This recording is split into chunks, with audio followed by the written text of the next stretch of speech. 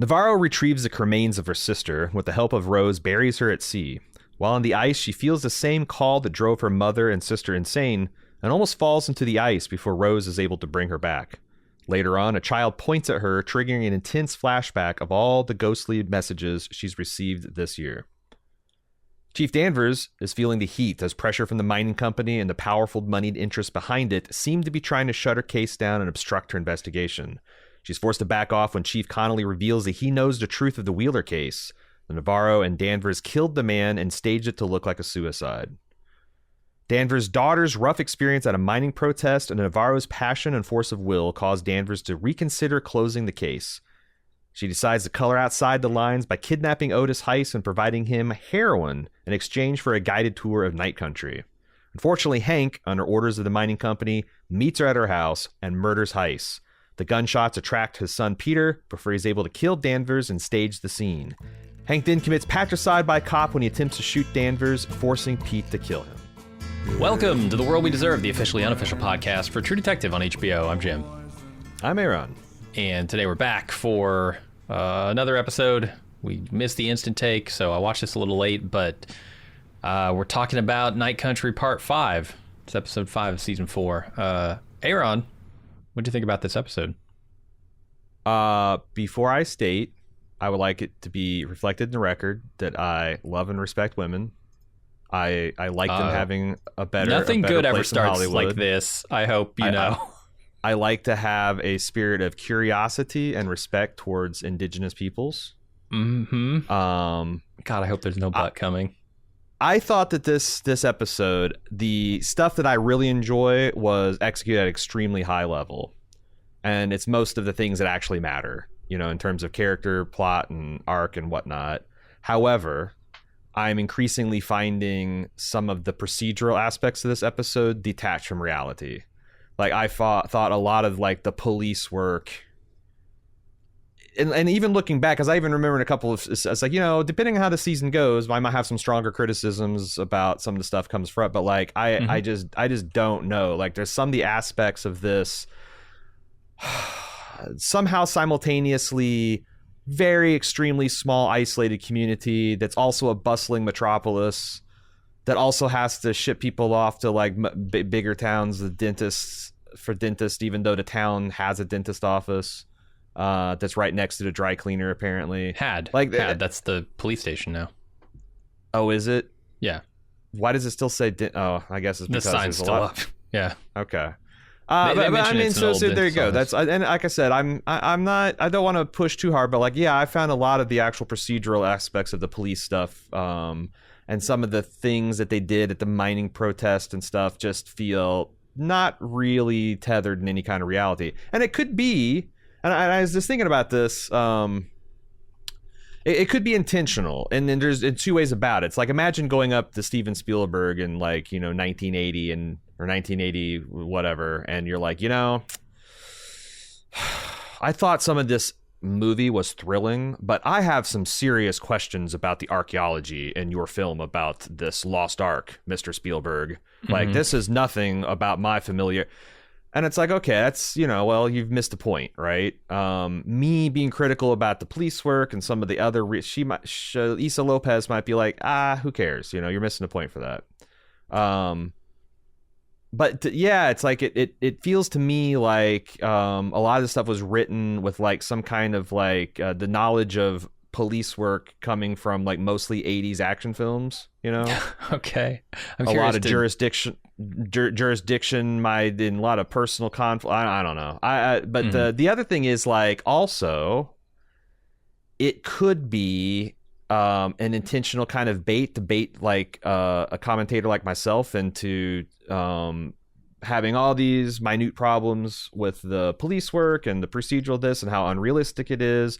And yet, you know, there's been generations of, like, shoddy content about Native people, you know, put out in the media and swallowed by an uncritical audience that, you know, doesn't go back and check the facts. And to this day, like, if Issa Lopez trotted out the first 2 episodes and just got the Inupiaq experience wildly wrong, just, like, offensively wrong, I would not fucking know until I got on Twitter and saw Inupiaq people being like, what the fuck is going on? You know?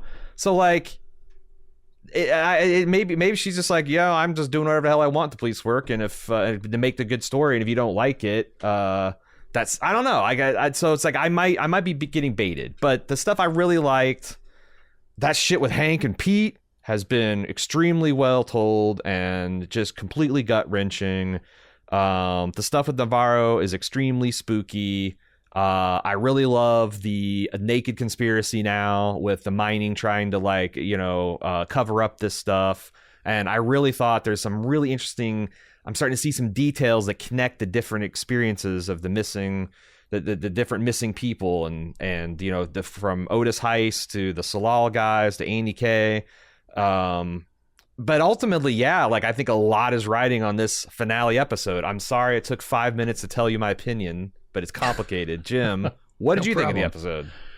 Yeah, look, I'm not going to say this is a perfect show by any means. I don't know that I've ever seen a perfect show, but I really enjoyed this episode. I think I can, if something blows me away, like the last few minutes of this episode did, I can overlook a lot of sins, even if they're egregious ones. And I don't think this show has made super egregious sins. I think there's a little, there's some question marks around the edges for me about why did a character do this? Or why did we see this and not that?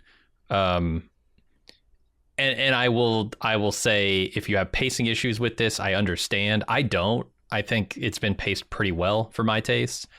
But this last few minutes of this episode, if there are any sins to cover, it's doing it because it is so well acted. I mean, a guy, Pete, a guy who I don't know from Adam, as far as acting goes, has really impressed me in that scene. There's a lot of subtlety in that performance, and then obviously Jodie Foster is just crushing it, and then John Hawkes. I mean, a guy that I'm kind of supposed to hate, but simultaneously feel bad for.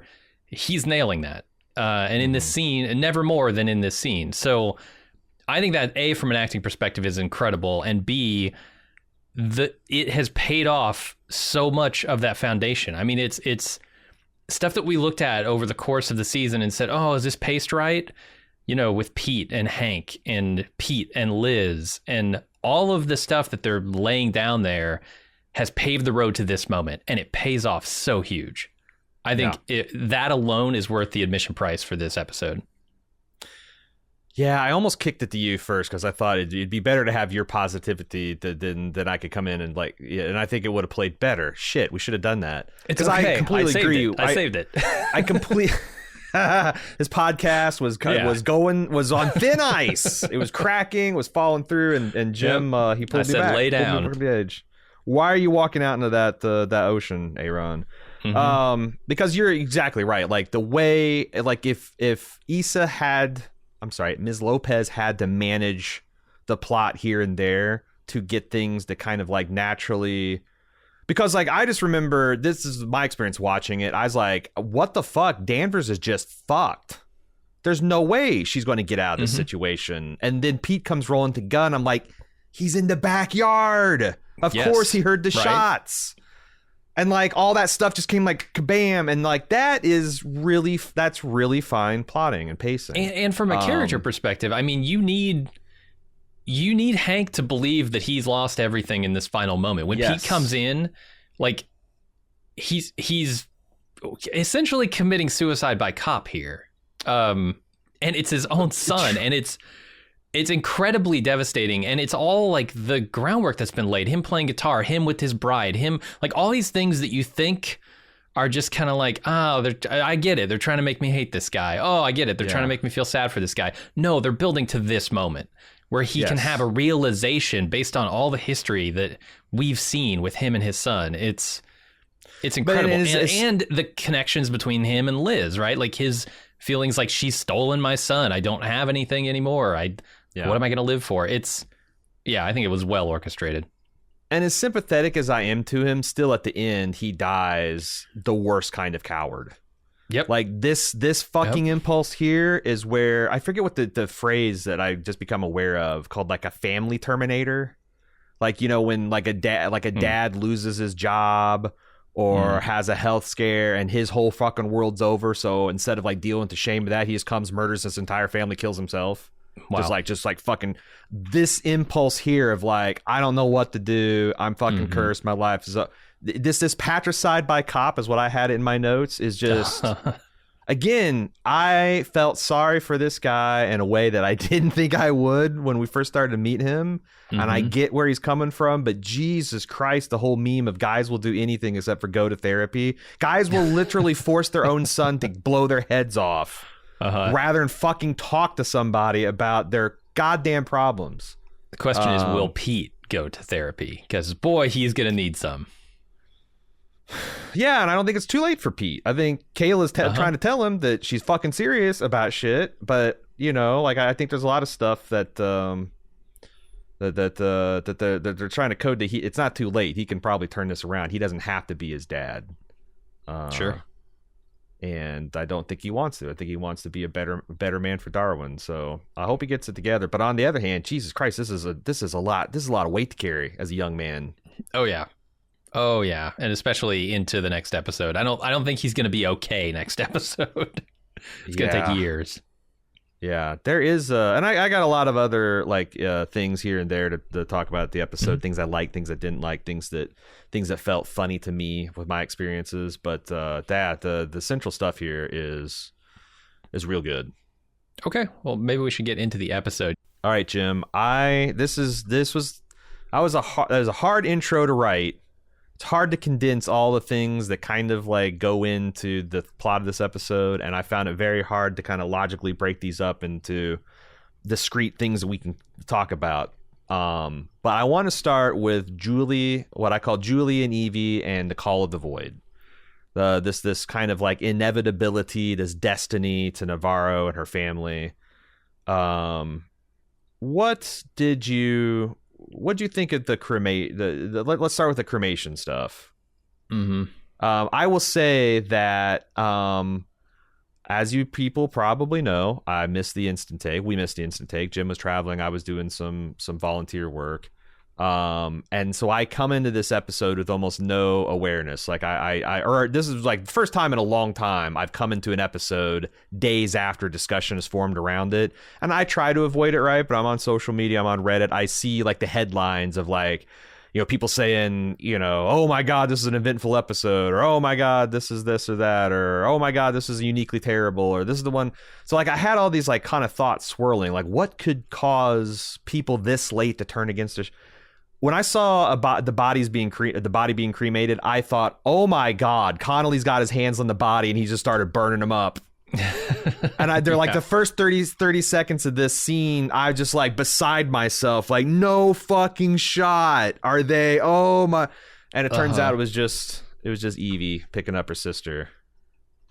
Yeah, which I like. I mean, I do worry that once those ashes go cold, there's going to be a bit of a problem for Evangeline, because she's at that point truly lost her sister. But she takes them out to, you know, she makes them cold by the end of the episode. Yeah.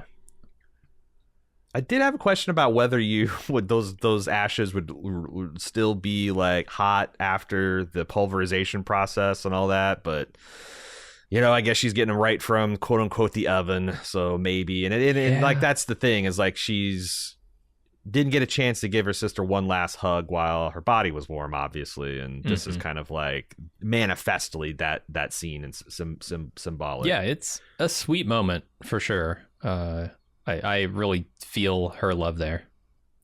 And there's like this kind of like black absurdity kind of humor with her sister's cremains being belted in the backseat, like yeah. You know, I mean, obviously you don't want to spill that, but it's also kind of funny that you're treating this urn like a real person to be safeguarded, and it's back to the baby girl, you know, stuff. This older sister relationship she had with her daughter, or I'm sorry, her sister. What do you think happens with the ice with her and Rose? What happens? What do you mean? What happened? She almost falls through. We see her once again. She flashes to the overturned truck on the desert, mountainous kind of battlefield. Apparently, yeah. She hears a voice whispering Evangeline, and then this listen. I mean, I guess it's a manifestation of the call, right? That we've been hearing about. Yeah, it's one because it makes me wonder what like Julie was seeing in the interior of her call. Like what thing was she, because Evangeline kind of has like the terrifying imagery of like ghosts pointing at her and screaming and things like that. And she also has this that feels more like a personal journey, you know, that she's being guided through. And I wonder if there is, because we've been trying to figure out which kind of ghost does she got. She got the ghost that wants to tell her something, the ghost that wants her to follow. Is it possible there's more than one ghost that's got like there's like a push and pull between two particular ghosts, one malevolent and one that's more benevolent, that's trying to help her understand and heal, and one that's trying to get her to just lay down and die? Yeah, I think it's possible. I mean, I'm trying to connect it with the dots of Holden communicating through her with Liz. That to me was sort of out of the pocket of what I expected in these visions. The visions should be all about you, right? If they're just visions, I don't know why Holden comes to her if these visions are just that. Because he wants her to die. Sure, maybe. Is there some actual connection to the spiritual world here? You know, that's kind of where my head's at. Yeah. With that. Because in that case, she could be connected to all sorts of ghosts. It's not just her own sort of internal delusions manifesting here. It's an actual real place or thing. Yeah. I really liked the effect of the ice cracking. That was super cool. When she looks down, you see the ice just kind of fracture. Oh, terrifying. Can you imagine? Can you imagine? It's a nice setup to the Pete and Hank story that we hear later, but like the idea of like falling through the ice and into the ocean where there's currents, and it's just, you know, it is also it's eternally dark at this point, not eternally, but for weeks on end. It's a uniquely frightening thing, you know. I think I've been on record as like the most chilling death I've seen in Bald Move history was, I believe, season 1 in Fargo, where these henchmen slid a still living man conscious into an ice hole and then plugged it back up. Mm-hmm. Like, I think that's and I've seen a lot, man. I could go Driver, you know, Bryan Cranston and Driver. Okay, that's a really chilling. Fuck that scene. I hate that scene. It's falling brutal. into dark frozen water, man. Alive. Let's move on before I have an episode. All right. So she's later at the laundromat, the grandma's laundromat, and she sees some hair moving in a pile of clothes. That was interesting. Not her sister's hair. Yeah, not blue. Probably maybe not Annie's. Even her. That's what I was thinking. Yeah, it could be her mom's hair too. Mom looks like she had similar hair, but like, yeah, this is, and it's this weight she's carrying. It's not just her mom. It's not just her sister. It's not even just Annie. I think it's like the collective weight of these, you know, Native women that are put through the ringer and used up. It's like it's all kind of running together. It's like what I think is the symbolism here. Yeah, and I mean. So it obviously like really affects her when it happens, right? She's digging through the laundry as if there would be something in there that she could find that would be maybe a clue for Annie's death or something, or maybe Annie herself. I don't know what she's seeing when she sees this past, because then we're kind of out of her perspective and into Kayla's perspective. But the interesting thing there is with that vision that she has earlier. I feel like I look back at the bleeding ears thing from last episode, and I say, okay, she was probably experiencing something similar there, but there was no water to walk out into, right? The disassociation that you're seeing here is, I think we get to see it from the outside when Liz walks up on her last episode, and here and before when she's seeing Holden, we've seen it from the inside. Yeah. So I assume that's what she's doing. She's just walking in this kind of stupor, like she was sitting next to the Christmas tree. Yeah, and Rose, you know, she's not responsive. Rose is trying to get her to turn around and to stop, and and that's interesting too. Which maybe we could talk about that in the feedback section. Yeah, Yeah, there's a couple interesting theories about Rose, which we'll have to talk about there. So she is disturbed by all these experiences and feeling kind of bereft. So she does what she does. She breaks into Kavak's house again and crawls into bed with him, and he starts to ask questions, but she's not looking to ask or answer any questions herself. Nevertheless, when Liz will later call and say, "Hey, I got the investigation's back on. I need you over here right now." You can tell that Kavak wants to kind of like tell her to stay. This is bad for you. Just be here, warm and safe and happy with me. But he won't. Instead, he just says, "Come back." Just wants her to come back. Yeah. Yeah, that relationship has developed pretty well. It's my feelings on it are a far side from where they were in the first episode. I can say that for sure. I think they could be good together. I no longer suspect Kavak of murders because he's been such a side player here, but that shame on me in the final episode. Mildly outraged if Kavak turns out to be a murderer. And I don't think I've changed my mind on the Kavak. I think Navarro's terrible for Kavak, and his life will probably be worse with her in it. Maybe much so, like many other people that the damaged protagonist of other shows I've liked have dated. It's not usually good and end, but he's that guy. He's the eternally concerned partner that worries to death and waits at home for her and wonders if she's ever gonna like that just kind of hell. Like he's McNulty's wife. Sure, yeah. He's Woody Harrelson's wife. So yeah, and I'm curious to see. So does this go? So I want to get to the next point, and then a larger point I want to talk about with Navarro, which is so she leaves Kavak and she heads across town to go to Liz's house, and she sees driving through downtown Ennis's child, who kind of gets this like catatonic look and points at her, and it kind of has this cascading flashback of all. Sometimes outright ghosts, sometimes people who are about to be ghosts like Lund that point at her with open mouth and kind of scream to get her attention. Mm-hmm. Do we think that Navarro's going to die? Do we think that she's going to resist the call of the void? I do not think she's going to resist. I think she's probably going to die by the end.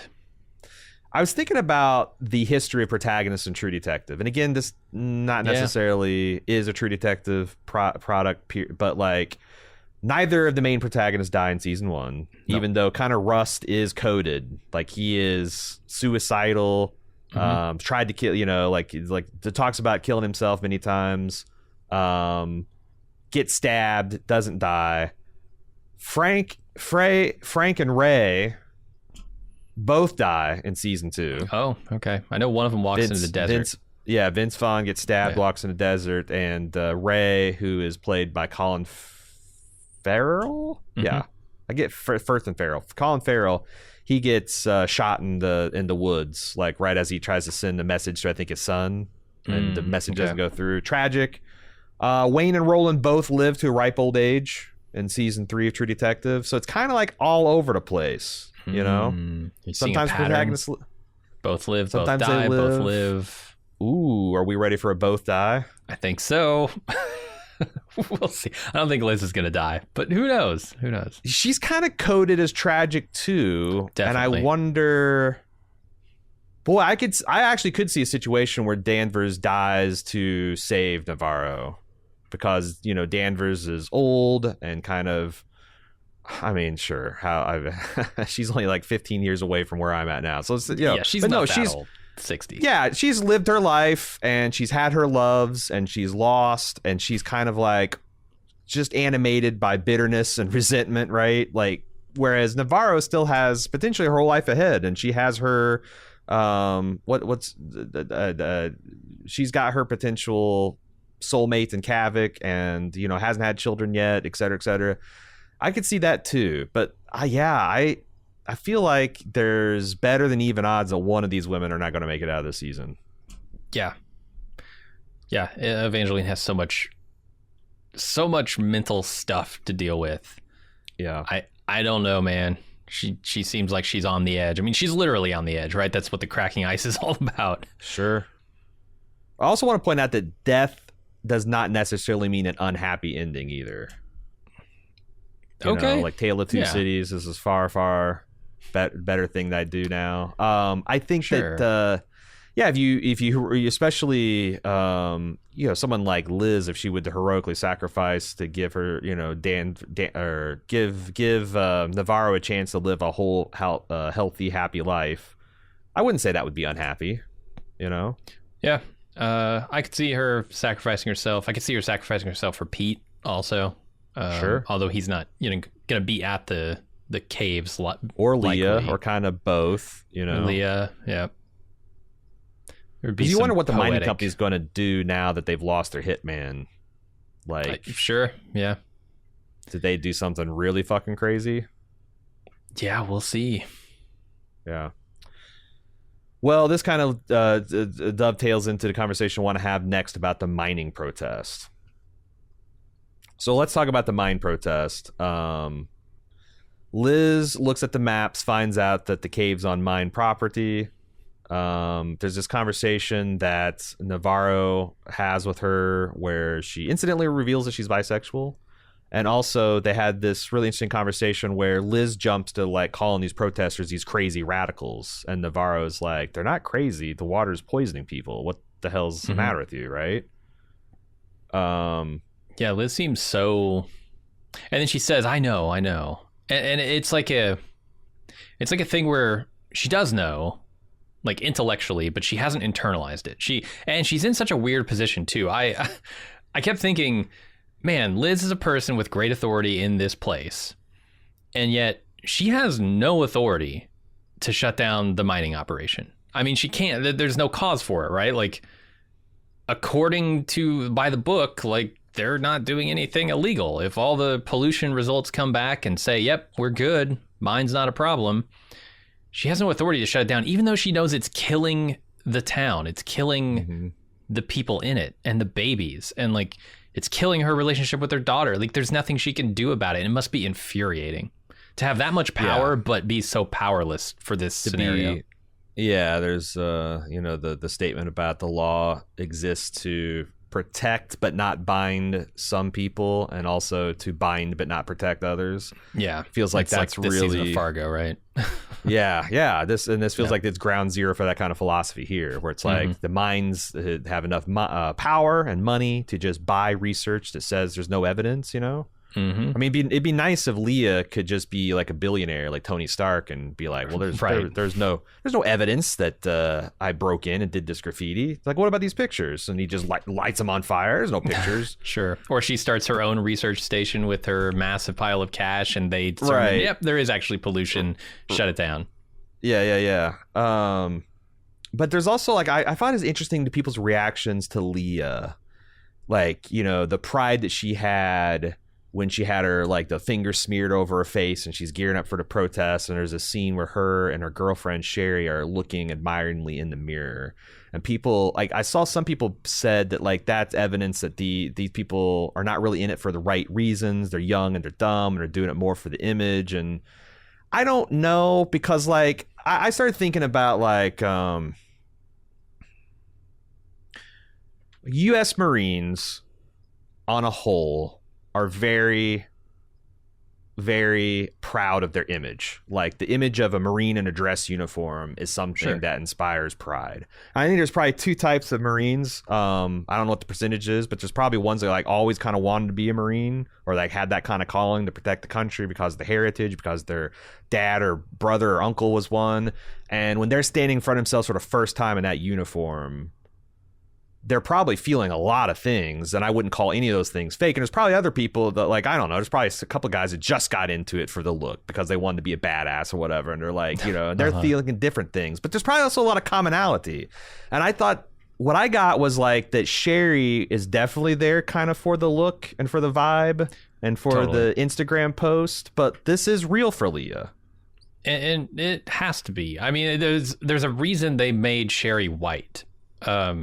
It plays into the theme of this entire season, which is the mistreatment of Native women in this place, right? And Sherry has the option to sort of just step away from it because she's not wearing it constantly, right? And for her, it does feel a little performative, maybe a little bit like, oh, I want to be with Leah, so this is kind of a thing that I can do to get her to like me a little bit. But then at the first sign of any resistance, any cost to that, she flees and abandons Leah, right?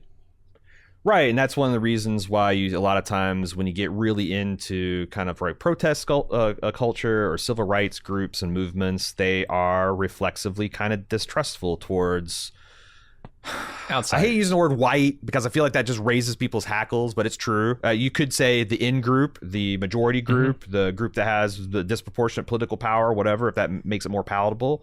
But because like there's this common experience of when minorities are joined by the in group to be their allies is when the going gets tough, those allies melt away and leave the minorities there to face the disproportionate consequences. Or the other side of it is the minorities are there doing a peaceful protest, and then the white folks that feel safe start breaking windows and punching cops, and now, again, when the legal consequences come, they fall disproportionately on. So it's like, it's in a microcosm. Because the stakes are not there, right? There's an investment there. Like, no matter how sincere you are in your beliefs that, like, this is the right thing to do, the stakes aren't as high for you if you're an outsider in that group.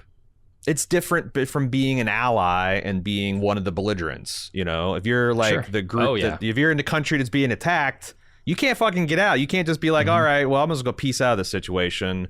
If you're an ally to that country, you can always just be like, you know what? Spend enough time and money and we've really supported you, but boy, what are we going to do? Let's just go down with you. And that's it's one of the reasons why it's really hard to build coalitions and keep them going. But I thought I think they did a really good job with that in this season. And I think, that applies to Liz as well. And it's been the frustration of Leah the entire time. It's just, why won't you A, acknowledge that this is a problem, and B, do anything about it? Yeah. And she had this person in Sherry who she thought was true blue, but then she runs away at the first sign of trouble, and you see how Leah turns on her. Fuck Sherry, right? Right. Well, I mean, sure. And then into this situation enters Officer Navarro in full riot gear to come protect the mining interests, which is seen as despicable by Leah. I thought it's interesting that Leah's the one that throws the bottle that actually hits her in the head. And she also sees the ghost of Annie. You can see that Annie is like literally judging her from the grave. And she gets hit by this thing, and then a fellow trooper comes in and starts brutalizing Leah for daring to strike the officer. Sherry runs off, and Navarro wades in and saves her and then beats the other cop up. And here's a big problem. This feels patently absurd to me. Which part? One of the things could have happened without breaking my suspension of disbelief. Navarro could absolutely punch this cop and cross that thin blue line and get tons of shit and an instant, time off to think about it while you're under investigation review. Or she could have not punched a cop and said something like, whoa, this is a cop's kid, and the guy be like, well, you fucking sort with her. And then, then she but the idea that she can just punch out a cop and then later on you find out there was an investigation, there was a kerfuffle, and the other cop got suspended. I don't buy it. This is, so I don't know why they didn't just make Navarro Liz's direct report. That solves all of this. Liz is shielding her, right? That could have been the case here, but they made her on an entirely separate force where Liz doesn't have any sway. She can't get her off the hook here. So, but she did. That's literally what she said. I call you don't know how many favors I pulled, but then the other cop got suspended. Why did you have to pull? It seemed like he was in.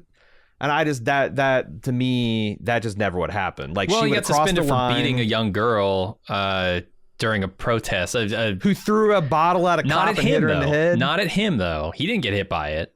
Navarro did, and she didn't react. So Yeah, I agree. It's dubious. Like a lot one of those this things stuff. wouldn't have happened to be real. Gotcha. I mean, you put across also like I can't. Innis has a fully formed SWAT team, or I guess the Alaska State Police. Yeah, Alaska State Police probably does. I don't know. It just seemed a little. It seemed a little wild to me. So I don't want to take up all the time with that. So we're just gonna move on. Liz angrily confronts Pete, thinking that, since Leah has been out of her house for a couple days, because that's the other thing, like passage of time here. I think they're telling us this is like New Year's Eve, right? They are December 31st. Yeah. Okay. Did they actually put that on the screen? Mm-hmm. Okay. Because I must have missed it, and I've watched this. It's right at the beginning. Okay. It's December 31st, 14th day of night. Gotja. And they had the Outlawing sign kind of song, so I kind of was clued in. But that's 6 days later. I mean, the timing is interesting. I don't know if they're waiting to follow up on this investigation for Otis to sober up, to stop just saying night country, night country, night country over again. It sounds like it takes a while to get. And also Navarro had to heal. Like, this gives her a week to Navarro had to heal up. And I guess Pete's digging in the meantime, finding tax records and stuff. So the investigation is continuing, although it feels like it's in a sort of also the bodies went to Anchorage. Thing. You had to do forensics on 6 corpses, and you had to get the findings back on that, and the findings just come back in this episode. So that all felt like that's fine. Mm-hmm. But then so Liz, though, she thinks that Pete's as his wife's got Leah all spun up, and he's like, I didn't know anything about this. Leah comes in and asks Liz to book her, and she gives her the cold shoulder, which makes Pete freak out a bit. Later, Pete brings Leah a Pepsi and chips, and they kind of talk about what do you think about this conversation. I mean, I like this conversation, and I know this is a very human, very teenage maybe thing to do. But the last line that Leah says here really stuck with me. And she's talking about Kayla and saying she's not good with people she cares about. Right? Yeah. She's talking about Kayla there, his wife. No, I think she's talking about Liz. Just says, don't let Liz ruin you. She's not good with people she cares about. She's talking about her experience and Pete, I think. Okay, she is talking about that. Okay, great. Perfect. Because I was wondering why she didn't apply that to her own mother here. But it sounds like that's who she's talking about then. Okay, cool. Absolutely. Complaint retracted about teenagers. We heard a story about Pete making a positive early impression on Kayla by essentially taking a fall in a game. Mm-hmm. Big game, to let another kid who had suffered this kind of crushing personal loss, his dad die, to give him a win, in that time. So that speaks well of Pete. Mm-hmm. But I did note, and this is something that we talked about this throughout Bald Move's history, the fact that most writers in Hollywood have been traditionally men. A lot of showrunners are men, and a lot of times when they write the protagonists' significant others and whatnot, like there's something that's kind of like they're missing the other side analysis. The way these women keep referring to him as like this dopey golden retriever, the stupid idiot grin, is kind of like, oh yeah. That is maddening. Like I'm really getting it now in my heart, where I did understand intellectually what it feels like to be just completely disrespected or seen as like an inferior kind of dumb, like head pat, like, oh, don't worry, your pretty little head, kind of that. Because that's what I'm like. This guy does. Yeah, he's glad that he was kind and his wife noticed that, but to walk away with this whole idiot grin and your dopey golden retriever, I don't know. I feel like that should be something they're intentionally doing, but I think it's just Issa Lopez writing these gals not thinking about how they're talking about the man, Maybe. I mean, it's like I'm interested to see as we get all minority writing staffs, all female women writing staffs, if there's going to be like this 360-degree review of like the blind spots, and then maybe in the 30-40 years we'll actually have we can have people telling whole stories or whatever stuff that no one ever feels left out. But I definitely felt like, God damn, Pete, Jesus. Yeah, I want to say that in 2024, there should be an intentionality to that. Or I want to ascribe an intentionality where if this was 1994, I would not ascribe intentionality to that and at it all. might be, the intentionality might oblivious. be, I'm going to kind of write this in a condescending way so that you can, like, the men out there watching this male-centric show can taste a little bit of that, like, that doesn't sit right with me, or that doesn't, that's... Yeah. Well, I mean, the intentionality comes in with Pete's acknowledgement of it, right? Pete understands that he's being belittled and he's being disrespected, and he doesn't like it. Whereas I feel like a show that isn't thinking about that from that angle just writes Pete as oblivious to it. But it's also possible that Issa Lopez just has a little bit of a blind spot, and she wrote all these things, and she thought this is a really romantic, supportive thing to say, and it's really sweet to say, and it kind of missed the mark a little bit. And that's fine. That's fine, because I've seen 1,000 dudes be like, and it's supposed to seem romantic and sexy and all that, but completely belittle and shit on their significant others in action films and police dramas and procedurals. It's fine. It's fine. I'm not mad. I'm just pointing it out. Okay. Sure. All right. So it's funny that she. I also thought it was interesting that, like, Liz's reaction is the typical parent, like, overreaction where you're doing this to spite me. You're doing this to piss me off. You're doing this to punish me somehow. The idea that, like, her teenage daughter might actually have loves and passions and interests that maybe she is not doing this in an adult, mature manner, but they are real to her. And they're not just childish attempts to act out. Whew, man, that's a tricky one. And Liz has fallen right into it. And she is, but there's something deeper in her that knows that she's doing things all wrong, and she's intentionally misunderstanding her, right? It comes back to when Evangeline was telling her, look, she's not crazy. There's something wrong with the water. It's killing people. Yep. And she's like, I know. And that's her acknowledging, like, I get it, but I don't know how to react to it. Mm-hmm. Well, it's like I think that's a distressing thing about parents, right? You know, I just recently watched Pacific, the HBO show, the companion to Band of Brothers. I think it's called The Pacific. And there's this fight about, you know, this father, just as he's a doctor and he's gotten his medical waiver for his son, so he doesn't have to go to, you know, get drafted. Mm-hmm. And this guy, as soon as he turns 18, he signs up to join the Marines. He's going to get thrown in a meat grinder, and the father is just beside himself, like, why the fuck would you do this? Yeah. And the kid's like, because I believe in this cause and I want to do this and I want to do that. And the father's like, ultimately respect, but also you're doing something that could get you killed. You're throwing away your one fucking life on. And that's I haven't had that experience yet as a parent, where it's like you're doing a thing that is righteous, but also it's dangerous and get you killed. Yeah. But sometimes people have to die to get justice done. Like, that has been a sad, tragic fact in human history. and at least when intersection. At least he's not Johnny Rico from Starship Troopers, just chasing a girl into the meat grinder. Yeah. He's doing it seemingly for the right reason.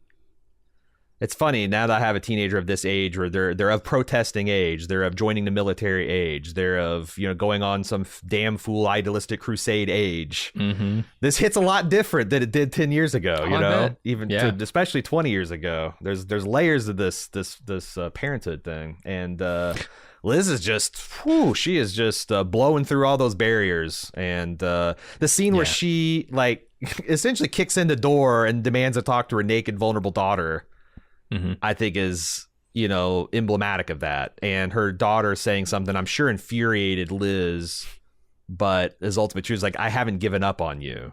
Like, that's the thing that the parent's supposed to say to the troubled youth. Oh, right. And this is the reason why I say there is this undercurrent within her that knows that she's fucking up with Leah. It's not just Leah's acting out and trying to piss me off. It's, I'm not parenting correctly. And she's grateful, I think, when, you know, as offensive as it must be for a parent to hear the thing you're supposed to be telling your kids, I'm not giving up on you yet. She then goes to the coffins and she looks at them, and it this is a pattern with Liz, right? She gets a reminder that she's doing something poorly, and she tries to compensate and make a corrective action. It just doesn't go how it ever is supposed to go, or how you want it to go for her. It doesn't stick, I guess.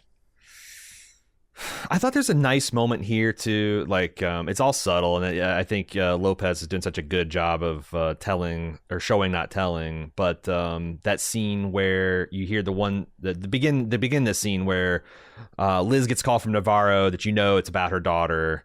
And then you get the conversation where Navarro's like at the payphone being like, "Are you fucking kidding me? Really? Okay." And she goes back to there's this thing where Navarro asks her how's her head? Is it still bleeding? And she's like, "No." And she's like, "Well, that's a damn shame." Because I think Navarro is still trying to find a way to keep from taking her to jail. She's like, "Is your head still bleeding? Okay, we'll take you to the hospital.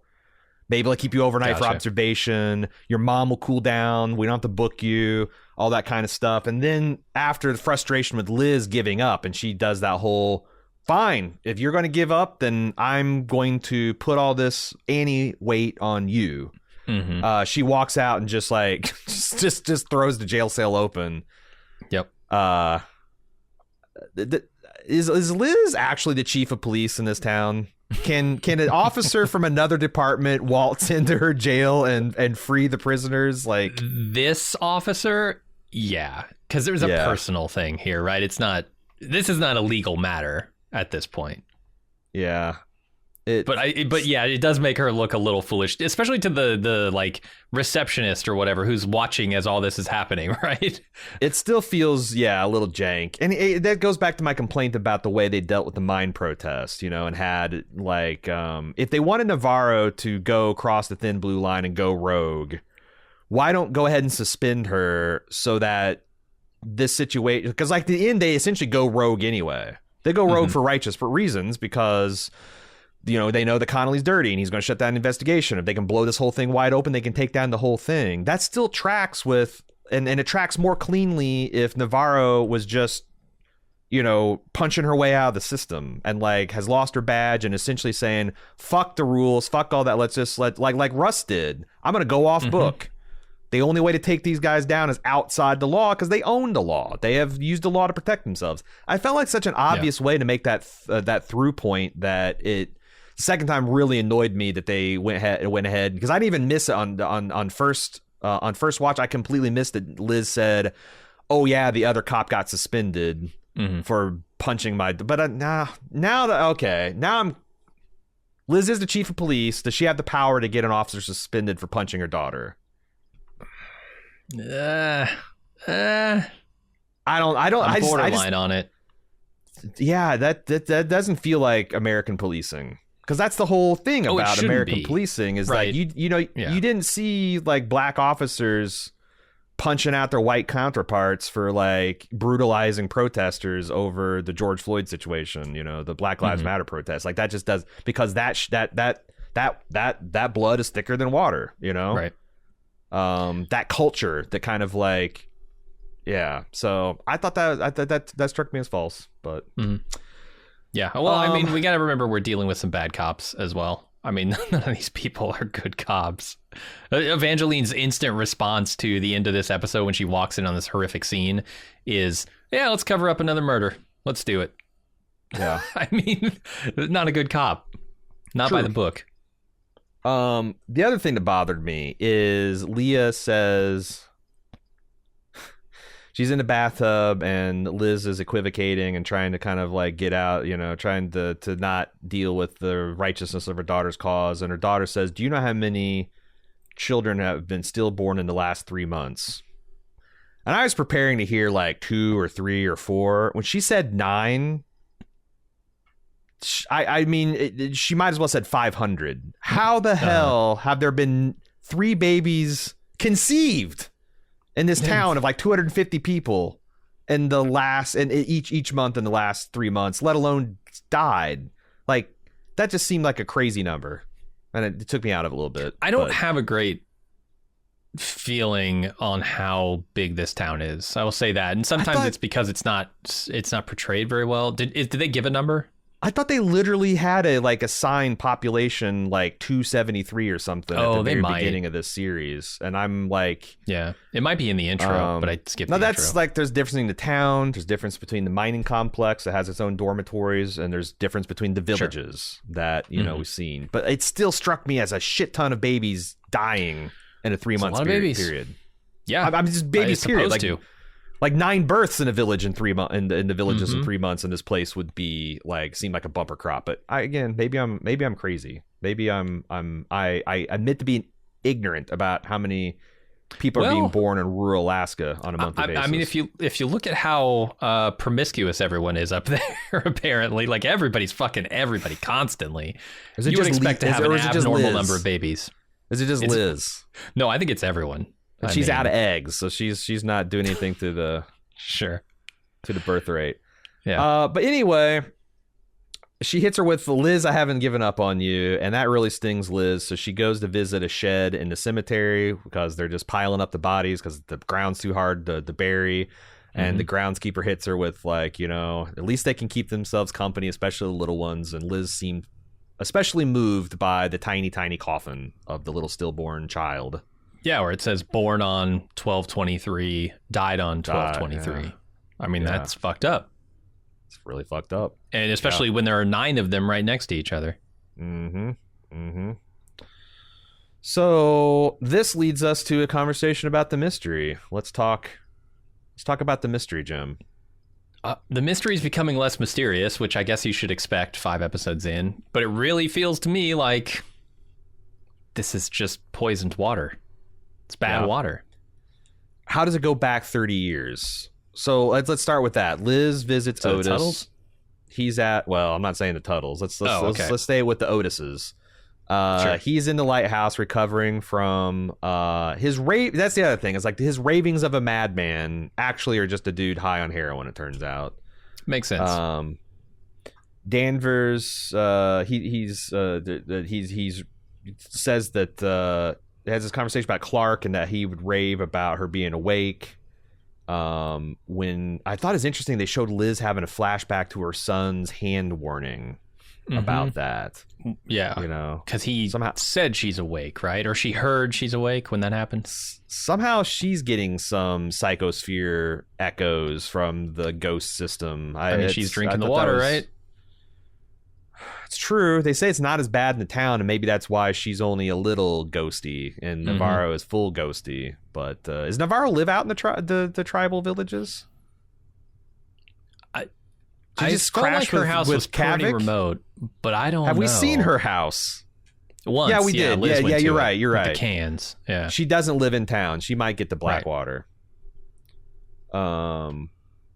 So he says he doesn't want much about Clark. Big question is, do we believe him? And now he's dead. It probably, we're not going to get the answer to that. But I wondered if he is trying to hide something a little bit.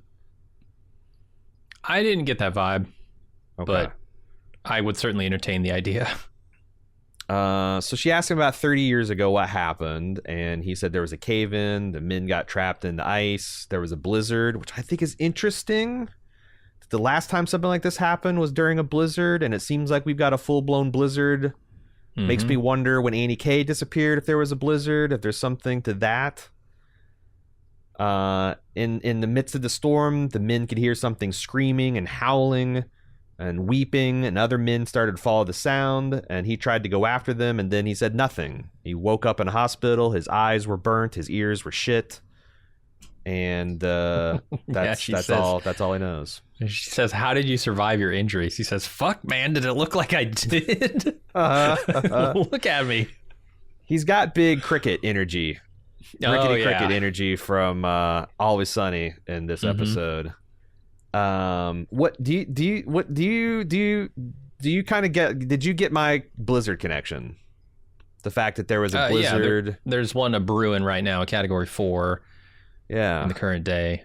I don't know what that would really have to do with the actual, circumstances of it. I mean, freezing to death faster is possible in a blizzard for sure. Is it possible that the mining company just has like a standard operating procedure that they do their dirty skulking about during blizzards? Like that's when they cave in mines. That's when they move bodies of protesters. That's when they. I don't know what Otis was up to at the time, but like under the cover of white. Yeah, the fact that it is like Navarro said, the tracks will all be covered. Don't have to worry about people following you. I wonder if there is like this is a Scooby-Doo type explanation. It's like it's nothing meteorological. It's just that they use the cover to bad things happen when there's blizzards because the mines do bad things during the blizzards. Yeah, that's possible. I mean, it would be smart, I assume. Yeah, hard but smart. So she gets the maps and she wants to go investigate him, but Heist says you can't do it. The ice is like thin glass in places. You'll never survive. And she says, well, you're days away from helping from getting well. And he asked her to get him heroin, and she says no. And he literally gives her the cold shoulder. Mm-hmm. Just shuts down. Visiting hours are over. There's another a piece of the mystery is, Navarro's doing her laundry. She sees the hair. Cavett comes rolling up on her and says, I found the guy who recognizes the stone spiral you left at my apartment. And he says it's a warning that native hunters leave to give other hunters sign that there is thin ice ahead. Yeah. It's a danger, a warning of danger ahead. And I do wonder how that ties back to spirals in season 1, for instance, or season 3 when it's mentioned. But like, yeah, having watched it recently, do you have any insight into when the spirals happen? Are they right before, some big bad events for the characters?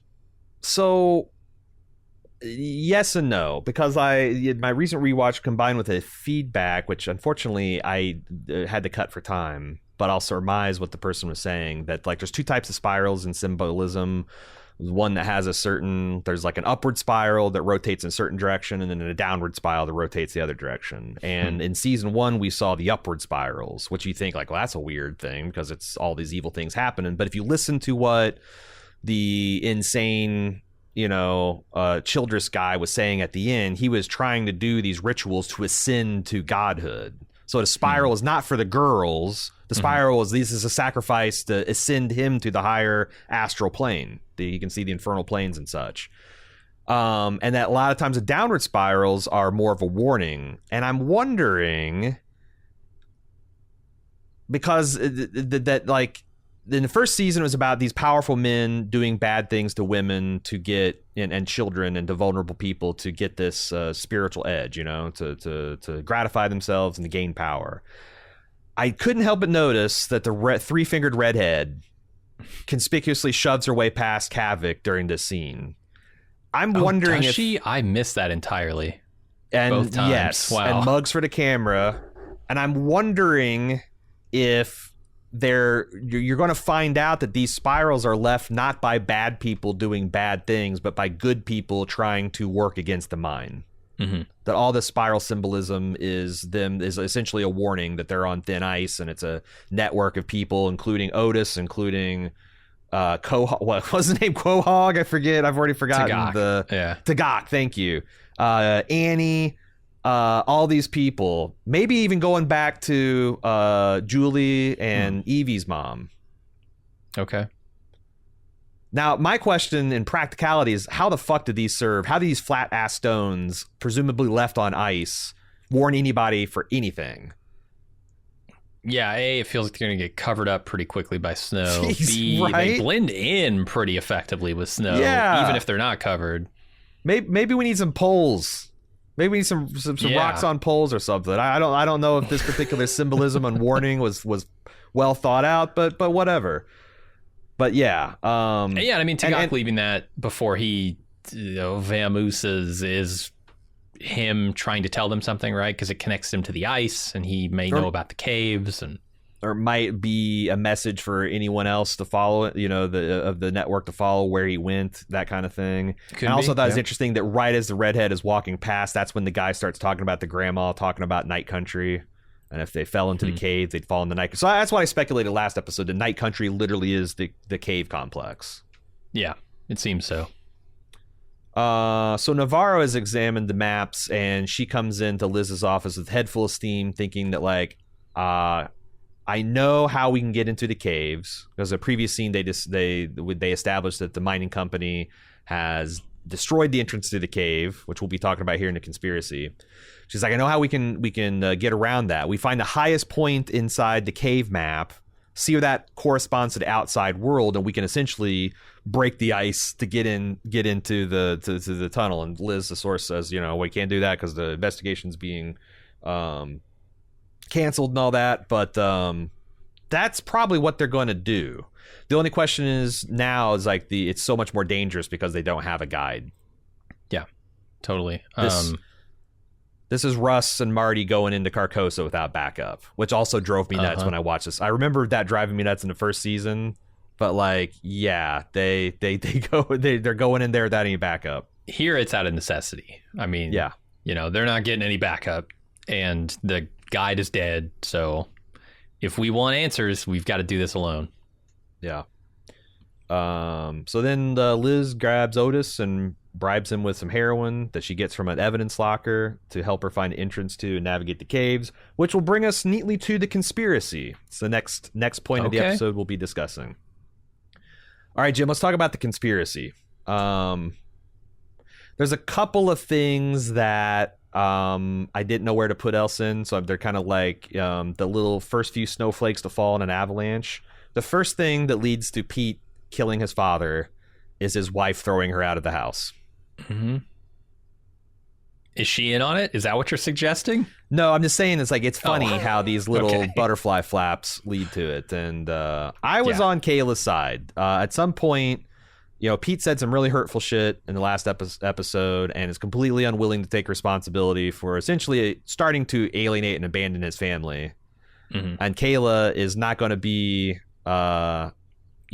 Marty's wife in season 1. She's not going to put up with this for 11, 12 years and then divorce when he inevitably starts having an affair with Liz. She's like, fuck this, get out. Mm-hmm. Yeah, I feel bad for Pete because I do think he's misunderstood, but he's not articulating his feelings very well. Like, I think a lot of this is a reaction to, the stupid idiot-faced dumbass that I love, that stuff. It's like, Pete doesn't want to be that, and he's trying not to be it, but you're not seeing it for that.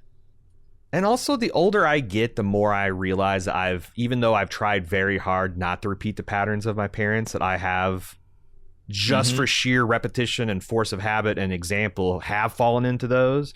I think it's interesting that, like, there's this great framing device. We talked about it. It's like during the mine riot, it's kicked off by Hank singing this just like blow your head off depressing song about how there's no love, never been genuine love, either lost or found. There's no God. There's no hope. You're bound to lose. What's the use? Yeah, I'm bound to lose. And Pete, with his backpack or his duffel bag heading over to move in his old man, hears this and kind of like listens. It's just like, he's never heard his dad play guitar. Yes, he hears this. And then when he calls his dad says, "Oh, I was out working on the truck." Mm-hmm. Cannot open up even a sliver of emotional availability to his son. And then Pete lets him have that, which I think is interesting, right? Because he's outside his house. He's listening to him play guitar. He's called him on the phone, and he says, "Oh, yeah, I'm about 5 minutes away." And he's sitting on his front porch. He doesn't want to knock. He doesn't want to let him know that maybe his son did hear him, It's a really... I mean, it's not a healthy dynamic, but it's an interesting one. Well, especially since there's another waypoint in the fucked up parent trail where when Pete calls and tells his dad, "Oh my God, my wife's kicked me out," Hank's a little happy. Right? Because this is something... It's Liz's lifestyle manifesting negative results for his kid. And not only that, his kid will see that. It's something that he can relate to with his kid. That too, yeah. Like there's something like, oh, there's some kind of perverse pride about, and I've seen this with real parents and children. Like, when somebody, when their kid drops out of high school or flunks out of college, like, there's this kind of kind of smile like, you're a chip off the old block. And I think it's kind of fucked, you know? I'm going to go back to Starship Troopers again. That's the exact reaction that Rico's dad has when he says, it's just when he's about to wash out. And he calls parents, says, I'm coming home. His dad's like, oh, yeah, come on home, kid. You know, he's trying to put on his sad face, but he's smiling. You can see the idea that your child has experienced a failure and is hurting over it, and you're like, oh man, I know exactly how to parent this because I know all about being or kicked and I out told you and so being left, too, right? Like I that told too, you that this was going to work out bad for you, living like Liz. Come back to me now, because I told you so. Yeah, it's gross. So meanwhile. We start with the actual conspiracy is going to lead to a tragedy where Doctor Who calls Liz and says, you need to come down here to the mines right away because there's this big thing that we got to talk about. And she sees that there's some kind of trap because why the hell is Connolly there? You know? Mm-hmm. But she's eager to go because she just got this evidence from Pete that the mine is connected to the people who are... saying how much pollution is in the ground and they're paying them. Yeah. She wants to go over there and really bust Kate's balls. And it all goes up that the Tuttle United, they get name checked again. But that the mine has been dealing dirty to this community. And she goes in with a head of steam because there's something she wants to discuss. So she drives out there. She breezes into Kate's office. This mining facility also seems way too swanky for what it is. Like this should be like a broken down trailer, but instead it's this marble office with these glass things. All that's like there's I don't know if they got money. Yeah, but they don't like to waste it. They don't like to waste it in giving their employees a pretty place to work. It's a mining conglomerate. I beg you, go. Your town's got to have within an hour drive some kind of stone aggregate company or refining facility or strip. Go visit the main offices and see. Yeah, just see. It's effectively a construction site. I'm sure their corporate offices in Houston, Texas, or Manhattan or Burbank, California, are very nice. Mm-hmm. But not the place actually at the mine. Kate's gotta have somewhere to park her 2 Teslas. True. So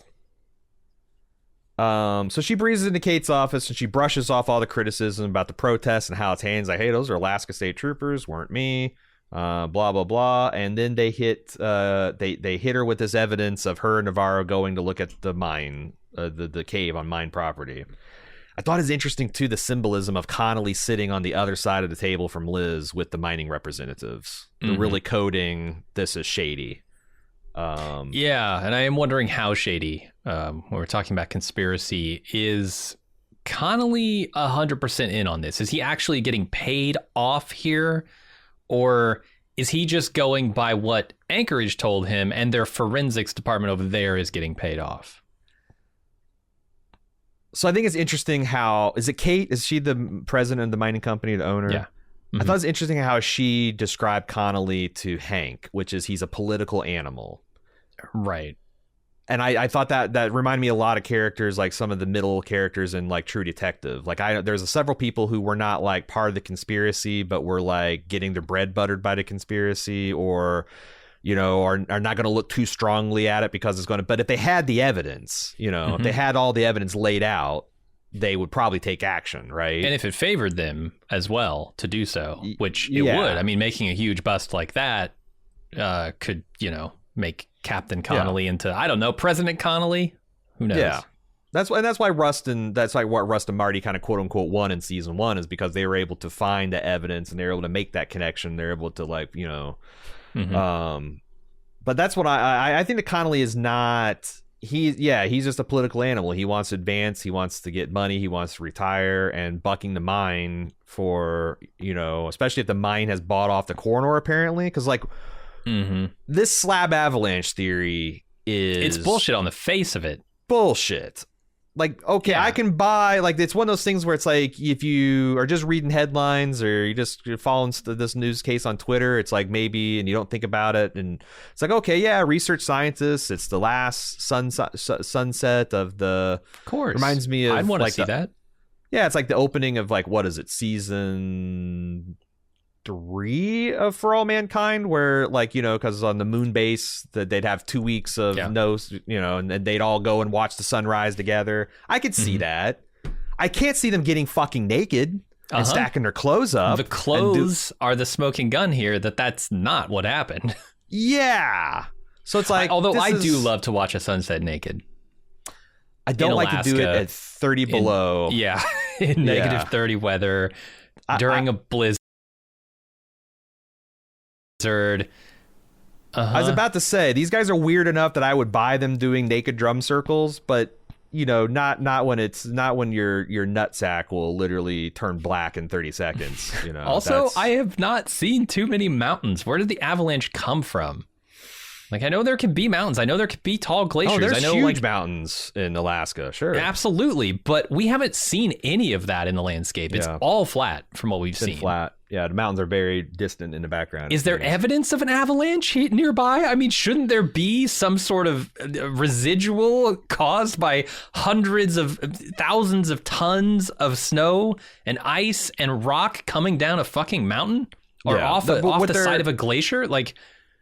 What I got from this is an obvious lie that no one familiar with the case is going to buy, but like no, these scientists were they're all recluses. They all didn't have friends and family that cared for them. They might have been handpicked for that reason. That seems like it's way too big a conspiracy to handpick research scientists that you could kill at any moment if you needed to. But you know, but no, you're right. This is an obvious lie. It's one that like on the surface of it is like, okay, I guess we buy that. But if you even scratch that surface, you know it's not true. Yeah, and it's not meant to convince anyone. It's meant to just put people to sleep and get on to business as usual. And you can see that, like, you know, she drops the Otis Heist name drop, and you know the mining company lady just is resolute in that you know, these are all consistent injuries of flash freeze, and she hits him with the financial connection, and that like took the mine lady back. But she's like, I don't see how this has anything to do with a weather event. And Liz is like, fuck your weather event. And you know what? Your husband sucks at bed. And this is so poorly played by Liz. Like, she shouldn't have answered any of these questions. Her first statement is the right statement. It's police business. That's it. Period. I'm not talking to you about it for a second more. Do you want to take over an investigation? Ted, say so. Otherwise, I'm going to conduct this investigation in the way I see fit. Yeah, and I'm certainly not... I'm not going to try and blow up your spot here where there's nobody to call you out. I mean, if she thinks that Connolly in this situation is going to go, oh, well, there's some circumstantial evidence connected to this Norfolk company, yeah, I guess we have to arrest her. She's insane. Yeah, and I'm going to give some credit to Lopez, who I think some of this is like Liz knows she's going into the lion's den, and she's trying to see how deep the rot. Maybe she's even trying to like determine whether Ted's in on it. Yeah, she might. You know? She could definitely be fishing for information here. Exactly the way throw Marty this out was. there, see how they react. The exact same way Russ was doing in season 1 of True Detective when he's talking to the investigators working a 2015 case. He was only there to find out what they knew. Yep. And only letting them know things and he was comfortable. Drink a lot of beer, too. And take him for a ride on Marlboro Reds and Lone Stars, yeah. No, I think you're right. She's fishing here. And the thing is, like, what finally, you know, I think makes the scene work is the fact that Connolly has discovered something that I think a lot of people suspected, but they couldn't prove, and that's Liz and Navarro killed the Wheeler guy. Oh, yeah. So he backs her to fuck off with that, because that's obviously gonna kill career, probably land her in jail too. So he tells her to go home. Shit's over. Kate, meanwhile, meets with Hank in her SUV, kind of butters him up a little bit, and then hits him with a like, man, that Danvers just isn't going to let this go. Who will rid me of this troublesome police chief? Yeah. And he says, I'm not a killer. She says, I didn't say anything about that. I didn't use those words. As a matter of fact, I won't even say those words right now to say that I didn't say those words. This is mobster shit, right? This is like... I mean, that's what I'm saying. I was going to say, I was going to rhetorically happen to your beautiful conspiracy, you know? I was going to ask, do rich people think they can get away with this? And like, no, clearly they do. We've gotten the returns on that. There are certain rich folk that think that they can get away with this type of stuff. And as long as it's like people on a drug forum being like, a friend of mine wants to know.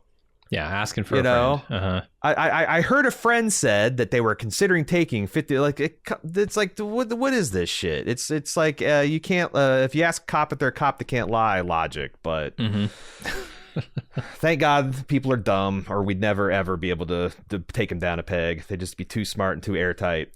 But Hank is also pissed because we find out in this scene that he didn't kill Annie K, but he did help them hide the murder and cover up, and he was promised the police chief and a tidy sum of money, and he only got half of that, and it's all gone. She's saying it it's also different. the fake Russian pride, I guess. I wonder if because he says I still did. I have a little bit of money left when he's on the phone with her. Yeah. And that's how he's been, like, what he's been doing for the last 6 years. He's been getting catfished by some Russian mobster. He's been getting catfished by Viggo Mortensen in Eastern Promises. So, but she's like, oh, drug addicts get lost. And I think she thinks that he can just disappear him and they won't have to go all the way up to Danvers. I don't know. And Hank is just gone, man, in this scene. Like, he is just like whatever vestiges of the man he once was are checked out. And I thought this next scene about the family stuff. Where you can see like Hank back when Pete was young and maybe the mom hadn't left and his life hadn't hit a skid, that his son fell through the ice and he heroically saved him. And he's on this cusp of making like a genuine emotional connection. And just as it's getting to that point, he's like, family stuff, right? Fucking family. It struck me as he's talking like a man who's done living in that scene. Like this is it, he's laying everything out, thinking about how his life went and why it went that way, and he's just having one last moment with his son, and then he's going to go do what he's got to do, and the consequences are going to happen, and that's it. I think it's also it's over. A last-ditch effort to convince him, like the Pete kind of owes him because I saved your life, and I was a good dad. I did the number one job of dad, and also you should back me. Like I feel guilty because I broke into my son's computer and violated his confidence, but I did save his life, and also he kind of owes me. And I think that's a last ditch effort for him to get Pete on his side because you got to think that even if this gone off without a hitch, Pete has to look like let's say Otis just dies, disappears, and the investigation stymied. You got to think that Pete will forever wonder what the hell, and this is kind of a way for him to try to make that. But he just can't go all the way. He can't say, I was so scared to death because I love you so much, son. And I've always just never wanted anything for you to be safe and happy. But he can't get there. He's too emotionally constipated. Yeah. I mean, you're right. Totally. I don't know. It could be either one. So Hank's stalking her throughout the rest of the episode. Liz, then she sees what he's trying to do, and she calls Pete into his office, and there's this very intense scene where she plays an aggressive game of ask the right questions until I thought this was a nice, brilliant twist too. The fact that Wheeler was left-handed. And that they had flipped meticulously. Liz had gone through and flipped all the investigation files, all the digital files to be mirrored. So it looked like all the blows came from a right hand to match the right-handed gunshot, which a left-handed person would put the gun to the left side of their temple. And they did everything meticulously except for Pete kept asking the right question until he got to this girl's high school yearbook. And her birthmark was on the wrong side of her fucking face. I love the line that this scene starts with, where she says, "How many times have I told you your father only seems like an idiot?" Yeah, that's what we were picking up on all season. He only seems like an idiot. And all those people in episode 1 were like, Hank's up to shit. I guess you can feel smug. Totally. Because you were right. Even though I don't think you had all the information to be right at that time, I can't say that you were wrong. So there you go. True. And I also love how at the end she's like, you finally started to learn to ask the right questions. Now you got to learn when to stop. Mm-hmm.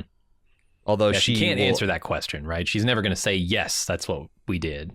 Yeah. Because what do you want? Do you want the and then do you? Yeah. It's a great scene. But it's also this. It's interesting how this turns from. Because I guess this is when Evangeline busts in and tells her the Sandy stuff is on you, right? She comes in after this, or it's around there. No, too, that was was that earlier? I think it was to the coffins. Yeah, this is she's already stolen the drugs at this point, so I think that and her daughters happened. This is before she goes to get Heist, though. So she's saying this to him, like, you got to learn when to stop asking questions, and yet her next move is going to be to ask some questions of Otis, like, well, okay, take me to the place, right? We're going to go ask more questions about this. Yep. To kind of do as I say, not as I do business. I think she's trying to keep him safe. So Liz, so she offers him his shed because she says you can't stay with Hank because he's now an active agent against the investigation. He's part of the conspiracy. He's the one that told Connolly. Connolly's in on it. And then Hank tries to go in there and make peace with Pete, and Pete's just not having it, which really sets Hank back. I did think, like, when Pete checks in this shed, does this thing have heat? I was wondering. He just sits on this old decrepit lawn chair, which also I wanted to tell you, here's a fun fact about these plastic lawn chairs. He sits in these things at -50, it's going to shatter like an eggshell. Yeah, they're pretty brittle. Yeah. You try sitting in one of those chairs when it's -40 out. It's not going to happen, man. Must be a heated shed, because why would she offer him an unheated shed to sleep in? He'll die. Why would she? But there's not even a cot out there. Is he just going to sleep on the floor? Like, what is the long-term plan? This is an other stuff conversation. Because he's got nowhere else to go is the real problem, right? And he doesn't want to get divorced, so he doesn't want to stay with Liz. But yeah. But what does Liz want? We'll talk about that later. Oh. So Hank visits Liz. He has been following her all episode at the behest of the mining lady, and he's like, she reveals that Heist is here because she doesn't quite see the danger. And Hank's like, don't mind if I do. I'm taking him on a warrant. She's like, why isn't Connolly telling this to myself? And Hank decides he is smarter than he pretends to be, but he is not smart enough, and he doesn't realize it. He's going to try to do a Liz and Evie special. He's going to try to stage this up and make it look like a murder. The Otis was, this is what it is. I was here to serve a warrant, and Otis got agitated. He killed, this brief struggle over a weapon. He killed Danvers. I killed Otis. Done. But he kills Otis. Did not know that Pete was in the backyard. Pete comes rolling in with his sidearm drawn. And did you catch? Because I think Lopez had a clear indication in her mind. Was Hank about to kill Liz? Mm-hmm. Yeah. When he raised his gun, his finger was off the trigger, like in the trigger discipline position. When? Like after the whole, like at the very, very end of this, when he gets shot in the head? Right when he says, "Blood," Okay. I could see maybe no. This was literally just death by cop, patricide by cop, as you said. It literally was. It was him forcing his son to kill. And Issa said this on the podcast that she intended this to be like a fuck you from Hank to Pete. Like I want to put this on you because you've turned your back on me. Yeah, I don't know that I agree with her. I think it's a much more Saturn pathetic thing. It's more of like he is not man enough to put the gun in his own mouth and squeeze the trigger.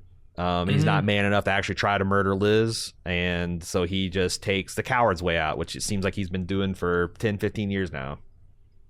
Yeah. I mean, I love how this whole scene plays out. I think it's excellently constructed and excellently acted. I think like the just Liz, all this stuff that Liz has been doing with Pete over the course of this season is pouring into this scene, making it better. Like her just saying, think about it. Don't Don't do this. Think about it. Don't go with him. Think about what's happening here. And we know that Pete is a very smart detective. And if he just clears his head for a second and assesses the situation, he's going to come to the right conclusion. He's going to know his father is in on this conspiracy. He murdered Otis. This is not official business. Things are very wrong here. And if you go with him, you might end up just like Otis. Yeah. And I really like that moment where like Pete does the math and it comes out wrong, and he gets his resolved look on his face and puts the gun up, and he's ready to kill his dad, and he does. Yeah. It's so tense. I mean, this whole scene, the tension there until the final moment where he shouts no and blows his father's head off. It's devastating. It's crushing. And just the way I love the final shot of it where he's just sitting on the floor, huddled up, knees to his chest, and Liz is there cradling him. It's heartbreaking. Yeah. I mean, it's so brutal what he had to do in that scene. But I think he makes the right call too.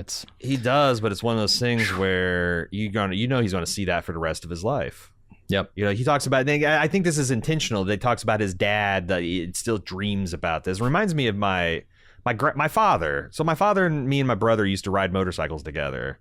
Until one day, me and my dad and my brother were riding, and my brother Evan my dad was in the middle, my brother's in the back. He fucking stopped riding his motorcycle and it slid off a curve. And my dad happened to be looking back in his rear mirror over his shoulder, because he's always trying to keep an eye on my baby brother. And he saw that, and my dad stopped riding that summer. And I asked him about it, and he's like, every time I go on a ride, I get these flashes where I just see your brother slide off in my side view mirror, and it's like, yeah, clearly like haunts him, and nothing, he didn't even die. But his dad's saying like, I dream about the time I almost lost you. Has to be juxtaposed with his son murdering him. Yeah, absolutely. At almost the same age. Like, you're also understanding like Pete is the same age that his dad was when he axed him out of the ice, and now he had to kill his father. Like, it's like the more I think about it, the more I'm just like, holy shit, this is so bleak. Oh yeah. And I mean, it doesn't just end at this father-son here. It ends at, mommy Liz. It's like, yeah, her reaction, to this. I mean, it's something we've talked about all season with Leah, and Holden, where her reaction to Holden's death is she wants to desperately protect Leah from harm. And here's a situation where she needs Pete to do some serious emotional harm to himself in order for her to survive this situation. But she doesn't want it to happen because she knows it will just crush him. And the devastation in her eyes, on her face at the end of this, I feel almost as bad for her as I do for Pete. Well, I got a hot theory that's going to come together here in the next conversation, where the storm outside's really picking up. Navarro comes as Liz is freaking out, wanting to get Connolly involved, and Navarro metaphorically slaps her across the face and shakes her and says, "What the hell are you talking about?" He's going to, he's going to put it all on the kid. He's going to shut down the investigation. That's what we do. And she's like, "This is too big to fix it." And he's like, "Nope, we're going to fix this shit." And Pete volunteers to help. He's got a weird, he's got a weird affect throughout the rest of the scene. He's just shot his dad. I think there's even more to it than that. He's in shock.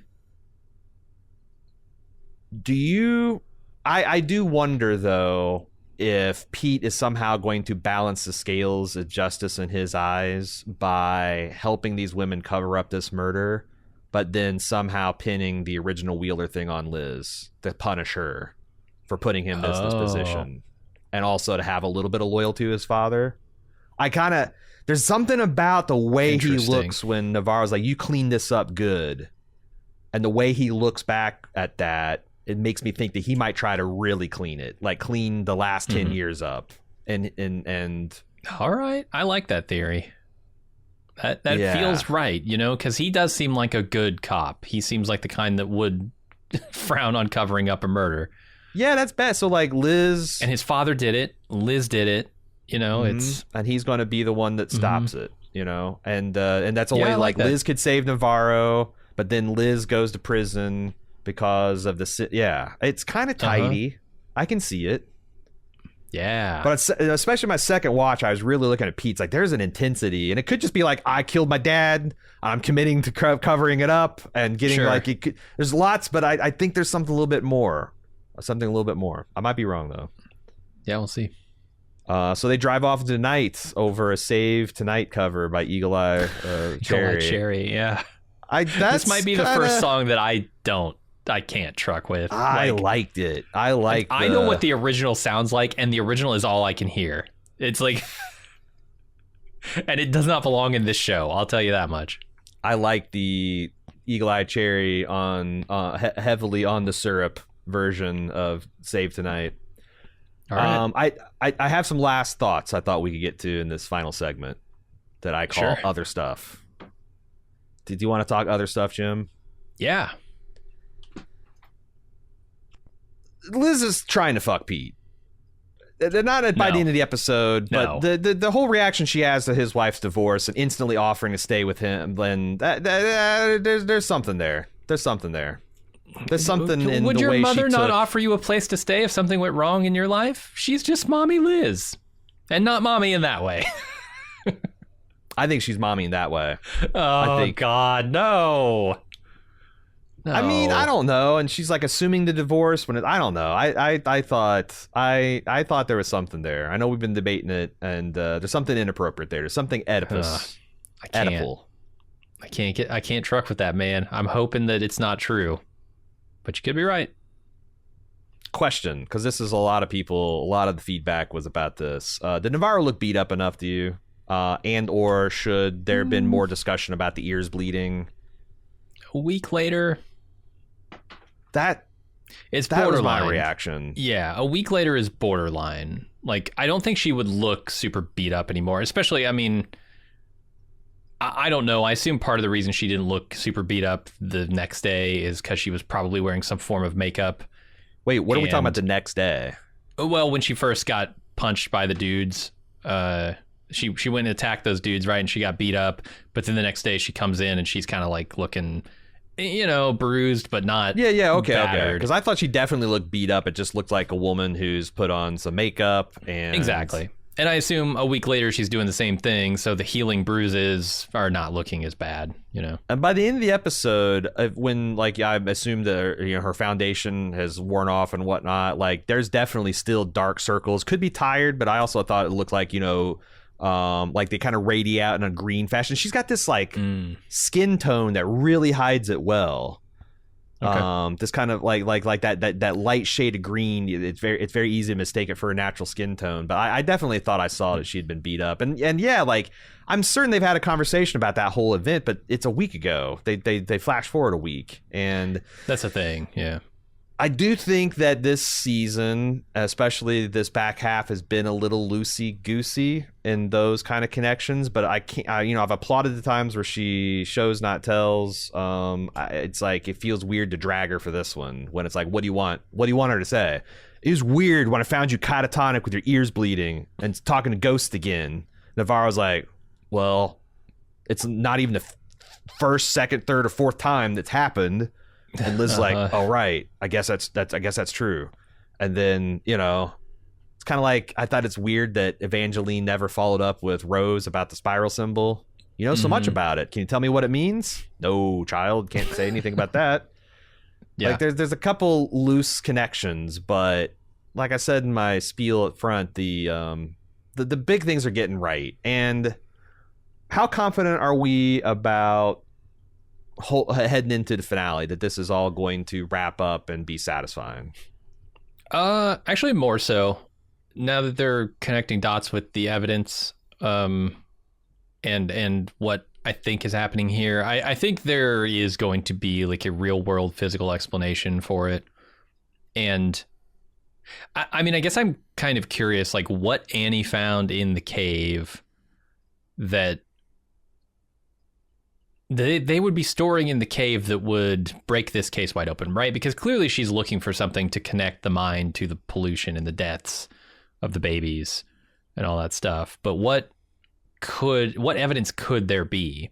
I know people talked about missing ice core samples earlier on in the season when we saw some. Yeah, what are they doing in the cave that would matter to that? Got some more feedback on what it could be too, but also I keep coming back to like what was with the roaring monster noises. Like I'm always like it's got to be that too. That's cannot be mining equipment. Yeah, no, I think we'll have some good explanations, and whether you want to attribute it to the physical or the spiritual is up to you. I think it's a slab avalanche. The ice tunnels funnel their unique geography, funnels the slab right down and pulls the clothes right off you too, folds them nice and neat. Yep, and you know, like when the conditions are just right, the sound of the snow moving through the pipes makes like a roaring polar bear sound, and that's what Doctor Who said, and he knows everything. So. Okay.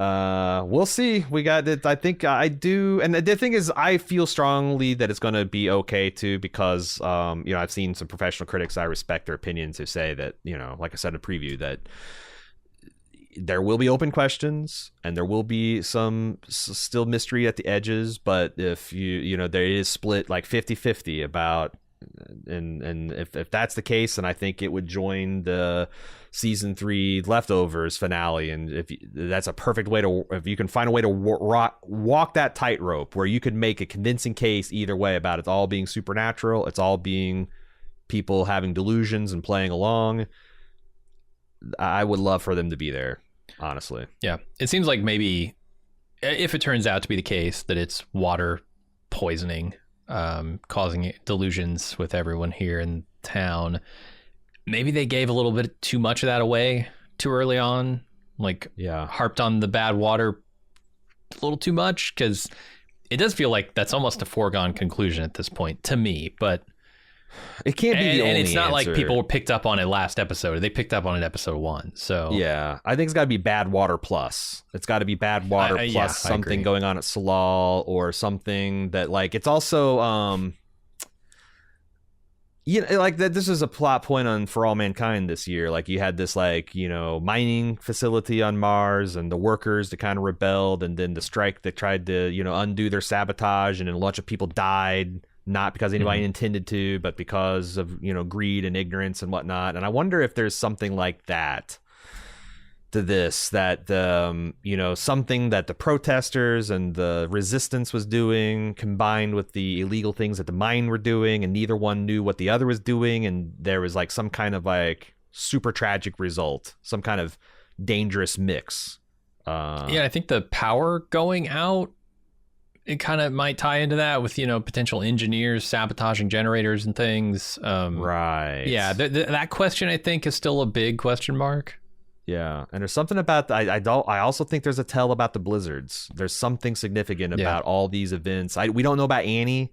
Maybe they have. I didn't have time to watch the first 3 episodes, but maybe they mentioned that there was a. Because if they mentioned that there was a blizzard around that time too, that would kind of be. Yeah. A real strong sign that I'm onto something. But I do feel like there is a lot to do in the last episode, but I also felt that way about the first season of True Detective too. So I heard it was going to be a longer one, but I can't verify that anywhere. I looked. I didn't see a runtime on the finale. But even if you told me it's going to be 190, or not 190, Jesus, a 90-minute episode, it's still a lot. It's still a lot. Mm-hmm. Yeah.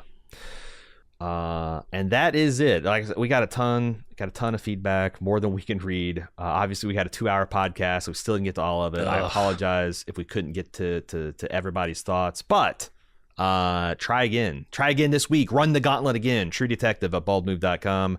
Maybe this will be, and also this is the last time to kind of get a real free base hit of the psychosphere. I mean, we'll know everything there is to know after next week. So get your bets in. truedetective@baldmove.com. Please follow us on any social media @baldmove.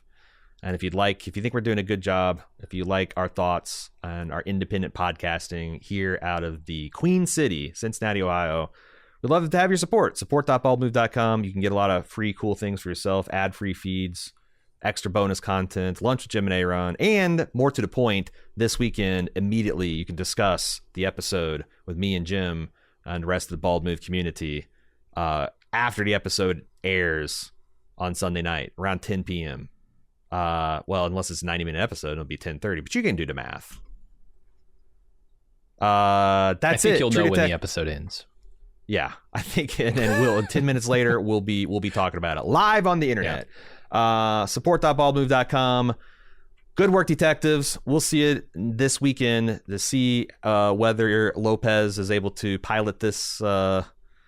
What am I going for? Like some kind of bush plane in the Alaska pontoon plane. She's trying to core a clean sample out of this iceberg. Trying to core a clean sample without destroying the genetic material of True Detective. Yep. We'll find out together Sunday night. Until then, I'm A.Ron.